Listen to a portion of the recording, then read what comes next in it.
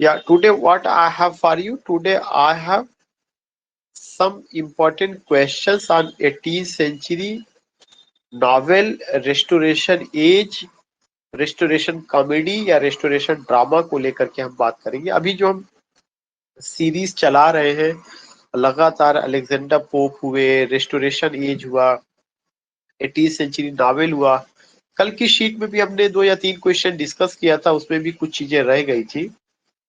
तो अगर आप देखेंगे तो यहाँ पे you are getting what you are getting की पहला क्वेश्चन है, after restoration of king Charles second, Charles कह रहे जो चार्ल्स किंग चार्ल्स थे, किंग चार्ल्स का मतलब यहाँ किंग चार्ल्स सेकेंड,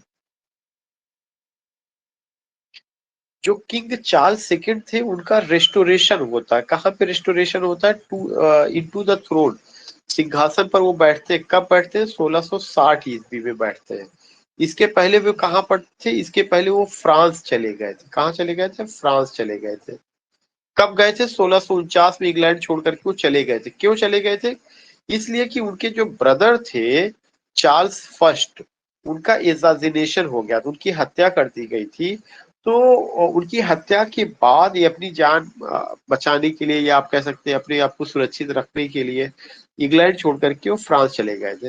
लेकिन फ्रांस से इनकी वापसी 1660 ईस्वी में इंग्लैंड को होती है और इंग्लैंड का ये सिंहासन प्राप्त करते हैं। He got the throne of England, या coronation of this man you can just see in 1660। तो उस एज को रेस्टोरेशन एज कहा गया। ये कहा गया कि जब चार्ल्स सेकेंड इंग्लैंड की गद्दी पर 1660 में बैठे, a new thought in dramas emerge, एक नई तरह का ड्रामा इमर्ज होता है, विच इज टर्म्ड एज, उसको हम क्या नाम दे सकते हैं? Tragedy of manner, mystery play, comedy of manner. उसका नाम क्या है? Comedy of manner.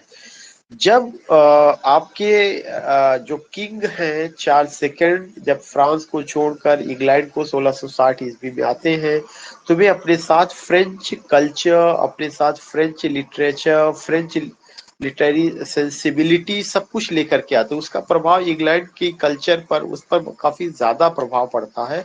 तो यहाँ पे पूछा गया, जब वो आए तो एक नई तरह का ड्रामा हमें देखने को मिलता है, उसका क्या नाम था? कॉमेडी ऑफ मैनर था। क्वेश्चन नंबर 2 है, make fun of social groups and their fashionable manners.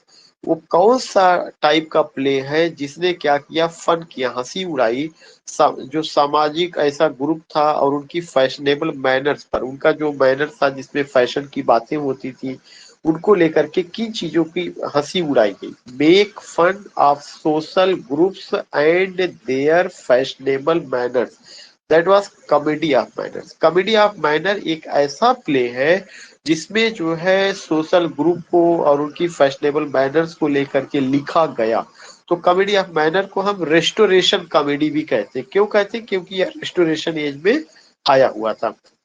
इस कॉमेडी में अपर मिडिल क्लास का जो लाइफ था, जो अपर मिडिल क्लास का जो जीवन जीने का तरीका, उसको लेकर के बात की गई है।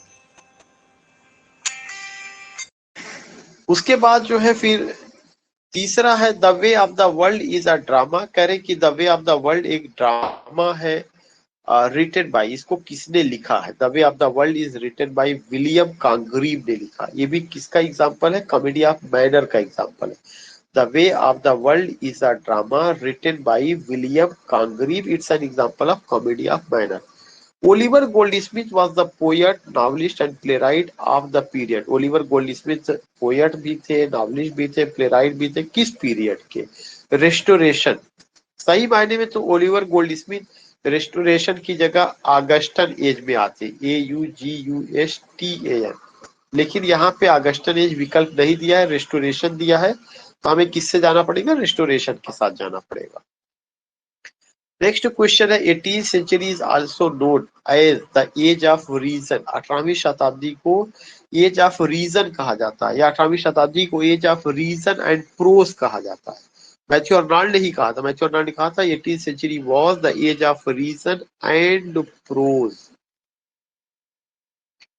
क्योंकि इस एज में प्रोज का बोलबाला था, प्रोज काफी ज्यादा फ्लरिश हुआ था।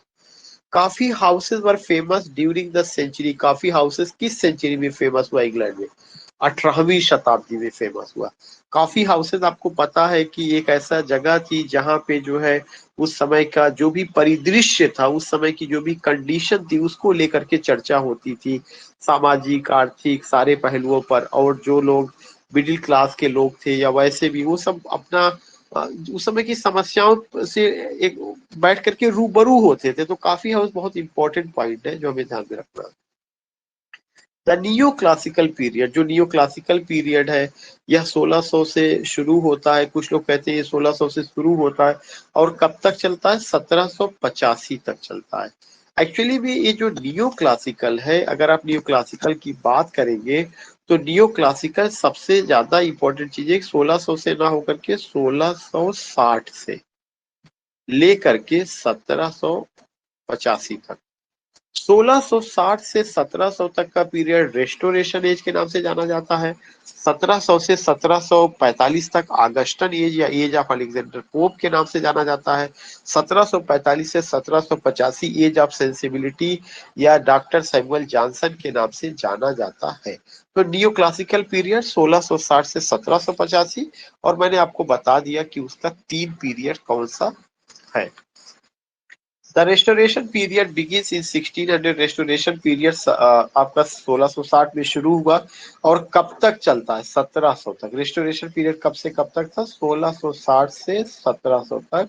रेस्टोरेशन पीरियड को एज ऑफ जॉन ड्राइडेन भी कहा जाता है। नेक्स्ट है the Augustan age begins in 1700। Augustan age 17वीं शताब्दी में शुरू हुआ, 1700 से शुरू हुआ और एक कब तक चलता है, 1745 तक। अभी यही मैंने आपको बताया था, ऑगस्टन एज, जिसको एज ऑफ अलेक्जेंडर पोप कहा जाता है, 1700 से 1745 तक। द एज ऑफ सेंसिबिलिटी या आर एज ऑफ जॉनसन, जो एज ऑफ सेंसिबिलिटी या एज ऑफ जॉनसन है, ये 1745 में शुरू हुआ, कब तक चलता है, 1785 तक। जो अभी हम लोगों ने डिस्कस किया था वो तीनों बातें आ गई है, 1745 से 1785 तक। In the struggle between the monarchy and the republicans, King Charles II was beheaded on and Oliver Cromwell became the chancellor of England। कह रहे हैं कि जब जो रिपब्लिकन्स के बीच और मोनार्की राजा की राजसत्ता के बीच लड़ाई झगड़ा हुआ तो किंग चार्ल्स फर्स्ट को का मर्डर कर दिया जाता है, बी हेडेड कर दिया जाता है। उसके बाद ओलिवर क्रॉमवेल सत्ता संभालते हैं। वो इंग्लैंड के चांसलर कब बने, 30 जनवरी 1649 को। ये डेट 1649 अभी तक हम लोग लगातार बात कर रहे थे, लेकिन ये डेट बहुत इंपॉर्टेंट हो गई। 30 जनवरी 1649 को वो इंग्लैंड के चांसलर बनते हैं। किसकी हत्या करके, जो है चार्ल्स फर्स्ट की हत्या। Is not the feature of the restoration period. Restoration period का एक फीचर नहीं है। फ्रेंच इन्फ्लुएंस उसका फीचर है, फॉर्मलिज्म उसका फीचर है, न्यू टेंडेंसीज उसका फीचर है, age of romance. Restoration age में रोमांस की कोई जगह नहीं थी, इमोशंस का, फीलिंग्स का, इमेजिनेशन का, ब्यूटी का, मेडिवल सेटिंग का, इन सब का कोई जगह नहीं थी। तो एज ऑफ रोमांस जो है इसका फीचर नहीं है। Is not the feature of the restoration period, करें कि कौन सी फीचर नहीं थी, बिल्कुल ओल्ड टेंडेंसीज फीचर नहीं रही है। हमेशा नई चीजें आई, रेस्टोरेशन एज में नई चीजें आई, ना कि पुरानी चीजें नहीं, पुरानी चीजों का सरोकार नहीं रहा था, नई चीजें आई। ओल्ड टेंडेंसीज उसका फीचर नहीं रहा, बल्कि ओल्ड टेंडेंसीज क्या क्या वहां पे रहा, रियलिज्म था, रिफ्लेक्शन ऑफ अर्बन सिविलाइजेशन था, new style in prior writing थी। The Restoration drama had simple subject matter which adopted a simple and direct prose style। Restoration drama जो लिखा गया वो कौन सी स्टाइल फॉलो करता, प्रोज स्टाइल को फॉलो करता, पोइट्री राइम लिरिक को नहीं फॉलो करता, prose style. John Dryden was an influential English poet and literary critic, translator and playwright who dominated the literary scenario of। John Dryden किस period से belong करते हैं, the restoration period से belong करते हैं। उन्हीं के नाम पर उसको एज ऑफ जॉन ड्राइडन कहा जाता है। William Congreve is taken as a mature dramatist। How do you name mature? William Congreve को बहुत ही mature dramatist कहा जाता है। Sir George Etherege first comedy, sir George Etherege का जो पहली कॉमेडी है वाज प्रेजेंटेड ऑन स्टेज, जो स्टेज पर प्रेजेंट किया गया वो कौन सा था, द कॉमिकल रिवेंज। ये चारों सर जॉर्ज एथेरिज का, ये आपको नाम पता होना चाहिए, the way of the world, the old double dealer, the old bachelor, ये चारों उन्हीं का है। लेकिन द कॉमिकल रिवेंज जो है उनका पहला कॉमेडी था जो कि स्टेज पर परफॉर्म किया गया।